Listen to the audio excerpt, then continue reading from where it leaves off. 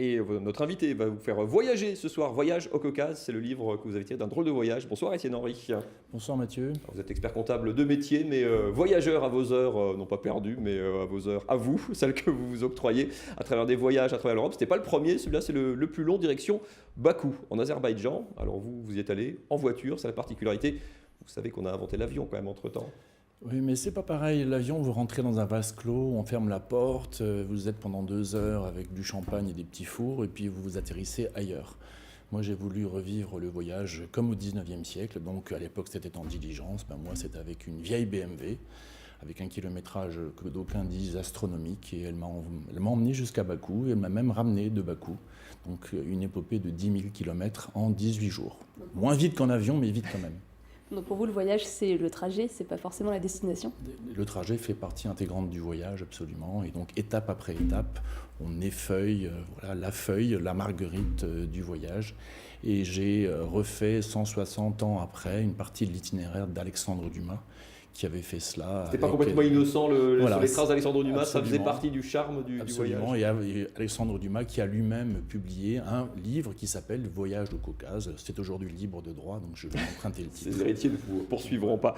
Vous nous baladez à travers l'Allemagne, la Pologne, l'Ukraine, la Russie, puis les différentes composantes de la Russie pour arriver jusqu'au le Caucase et donc l'Azerbaïdjan. L'idée c'est de raconter, vous écrivez au jour le jour en fait, c'est vraiment votre récit jour après jour. Vous nous parlez d'histoire, de la langue, de la culture, des rencontres que vous faites. L'idée c'est vraiment carnet de bord, c'est libre. Absolument. Donc je passe 4, 5, 6, 7, 8 heures par jour à conduire sur des routes qui sont parfois en très mauvais état. Je peux passer 3 ou 4 heures à certaines frontières. On a oublié ici à quelle fois une frontière peut être une frontière. On prend le tram pour aller à Kiel ici. Eh bien, entre l'Azerbaïdjan et la Russie, c'est 4 heures. Et donc raconter tout cela, raconter ce voyage, eh bien, c'était un grand plaisir que je prenais en solitaire chaque soir. J'y passais 3 ou 4 heures aussi. Un bel exercice, un peu d'aventure, de culture, et le tout avec un peu d'humour et de détachement, parce que je me prends assez au sérieux dans mon travail, donc je ne vais pas en plus me prendre au sérieux lorsque je suis en vacances. Parce que vous êtes expert comptable, hein, c'est rassurant pour vous. Mais la rédemption est toujours possible. Ce qui est amusant, effectivement, il y a beaucoup d'anecdotes. Je pense que c'est moins drôle quand on les vit sur le coup. Il y a des passages de frontières, c'est entre guillemets comme dans les films, comme à l'ancienne, c'est des formalités à n'en plus finir. C'est on vous fouille la voiture, c'est êtes-vous seul, avez-vous des armes quand on rentre en Azerbaïdjan en passant de Russie. Oui. Quand on a des bières dans son coffre, ça peut aider à passer certaines frontières. Alors voilà, oui, le passage de la frontière entre l'Ukraine et la Russie, eh bien, moyennant un pack de 16,64, donc j'ai fait l'offrande d'un bon produit alsacien à un soldat ukrainien. Ça accélère le passage. Qui m'a invité à un petit cadeau, donc je n'ai pas eu trop le choix et j'ai pu passer cette frontière.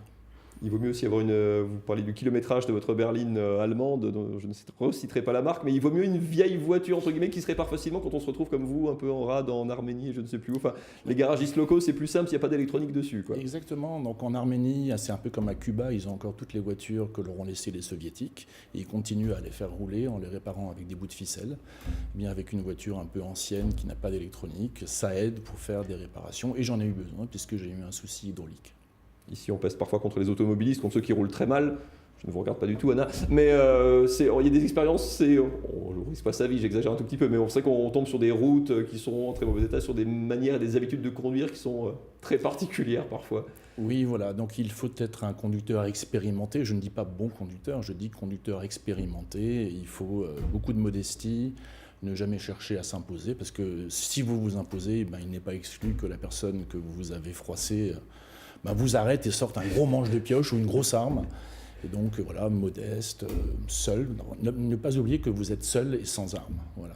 Vous êtes seul aussi, puis vous prenez beaucoup de plaisir à nous parler de langues, de panneaux. Enfin, on découvre là-bas parce que là on croise l'alphabet cyrillique. Il y a plus de 80 langues dans le Caucase. Alors, vous n'êtes pas spécialement linguiste, on s'adapte, vous parlez à peine. Enfin, vous dites j'ai un russe de survie, vous dites. Enfin, voilà. On se débrouille avec ce qu'on a, quoi. Exactement. Donc je parle correctement anglais, allemand et français.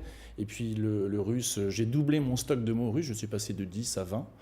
Mais avec le non-verbal, ma foi, on arrive à se débrouiller. Et surtout, je lis couramment le cyrillique maintenant. Si on connaît un peu le grec, on peut arriver à lire le cyrillique. On se débrouille toujours. La leçon, c'est qu'on se débrouille toujours d'une manière. On se débrouille toujours, et surtout si on est seul et vulnérable et inoffensif, les gens vont forcément faire ce qu'ils peuvent pour vous aider et pour vous tirer d'affaire. Vous aviez déjà fait Istanbul, vous aviez fait la Baltique, là vous étiez donc jusqu'à Bakou. La dernière question évidemment, c'est et la suite? Écoutez, je caresse le rêve d'aller en Asie centrale, justement. Vous avez fait un lapsus tout à l'heure, donc au-delà de la Caspienne, puisque Bakou, c'est en Azerbaïdjan. L'Azerbaïdjan est dans le Conseil de l'Europe, qui a son siège ici à Strasbourg. Et donc, il y a l'autre rive de la Caspienne. Donc ça veut dire le Kazakhstan, l'Ouzbékistan, le Turkménistan, retour par l'Iran. Donc ça, ce serait un rêve. Et je crois ma foi, les rêves sont faits pour être réalisés. Et ben, ça sera l'objet d'un prochain livre, certainement Voyage en Caucase, le drôle de carnet de route. J'ai pris beaucoup de plaisir à lire ce livre. Merci beaucoup Étienne Henry d'être venu nous le proposer ce soir. On suivra ça bien sûr. Marcel Riff, ça vous inspire les voyages Ah ouais, quand j'ai le temps, je fonce et je vais ailleurs qu'en France et essayer de voir comment les autres vivent. Et ben voilà, vous prendrez des leçons de cyrillique notamment. Il y aura interrogation écrite à la fin. Merci beaucoup Étienne Henry d'être venu.